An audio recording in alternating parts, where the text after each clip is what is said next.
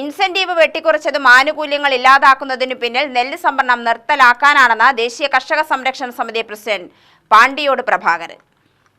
5 acre കൃഷിയുള്ളവർക്ക് പ്രതിദിനം തൊഴിലാളികൾക്ക് കിട്ടുന്ന വേതനം പോലും ലഭിക്കുന്നില്ലെന്നും പാണ്ടിയോട് പ്രഭാകരൻ പറഞ്ഞു. ദേശീയ കർഷക സംരക്ഷണ സമിതിയുടെ കർഷക സെമിനാർ പാണ്ടിയോട് പ്രഭാകരൻ ഉദ്ഘാടനം ചെയ്തു. നെല്ല് സംഭരണം സാമ്പത്തിക ബാധ്യതയായാണ് സർക്കാർ കണക്കാക്കുന്നത്.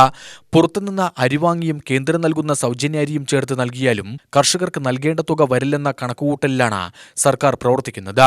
ഡൽഹി കർഷക സമരത്തിന് പിന്തുണ പ്രഖ്യാപിക്കുകയും കേരളത്തിൽ കർഷകദ്രോഹം നടപ്പിലാക്കുകയുമാണ്. വിരമിച്ചവരെ വീണ്ടും ഉയർന്ന ശമ്പളവും സൗകര്യവും നൽകി ദൂർത്തടിക്കുന്ന സർക്കാരാണ് സാമ്പത്തിക ദാരിദ്ര്യത്തെക്കുറിച്ച് പറയുന്നത്. കർഷകർക്ക് വേണ്ടി കർഷകർ തന്നെ തെരുവിലിറങ്ങേണ്ട സ്ഥിതിയാണെന്നും പാണ്ടിയോട് പ്രഭാകരൻ പറഞ്ഞു. പക്ഷേ ഈ 8-9 വർഷത്തിന് ശേഷം 5-8 വർഷത്തിന് ശേഷമാണ് നെല്ല് സംഭരണത്തിൽ വലിയൊരു മാറ്റം വന്നത്. കർഷകന്റെ കാര്യം കൊയ്യുന്നതിന് മുമ്പേ കണ്ടത്തുണ്ടാകുമ്പോൾ തന്നെ കാശ് വാങ്ങുന്ന ഏർപ്പാടാണ് പണ്ട് ബില്ലുകാരെ കൂടെ അല്ലേ. അത് കാണിച്ച് നെല്ല് വാങ്ങി ജീവിച്ചവനാണ്. കുട്ടികളുടെ കല്യാണങ്ങൾ എല്ലാവരും ആ കണ്ടം കൊയ്തിട്ട് തരാം, പൈസ ആദ്യം കൊണ്ടാകുക. അത് മാത്രമല്ല ബാങ്കിൽ സർവീസ് സഹകരണ ബാങ്കിൽ കീലോട് വേണ്ട ഒരു സംഭവം. ആരെങ്കിലും ബാങ്കിലെ ആൾക്കാരുണ്ടോ?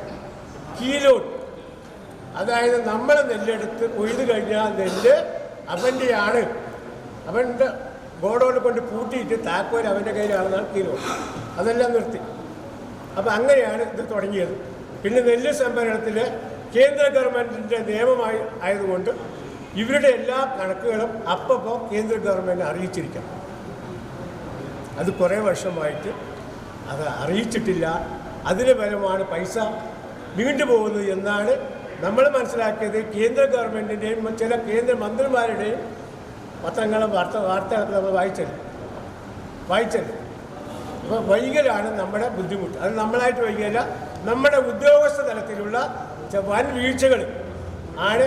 പൈസ കേന്ദ്ര ഗവൺമെൻറ്റിൽ നിന്ന് കിട്ടിയ പൈസ കർഷകർക്ക് കൊടുക്കാതെ ത്രിവേണി സ്റ്റോറിലും മാവേലി സ്റ്റോറിലും ഉപ്പും മുളകും ചീപ്പും വാങ്ങിച്ച് കൊടുത്തുകൊണ്ട് ബാക്കിയുണ്ടെങ്കിൽ മാത്രമേ നമുക്ക് കിട്ടൂ. കെ എ ജയരാജൻ അധ്യക്ഷത വഹിച്ചു. ബാലകൃഷ്ണൻ, ശ്രീരാമകൃഷ്ണൻ മുണ്ടൂർ, വേലുമണി, അനന്തകൃഷ്ണൻ എന്നിവർ സംസാരിച്ചു.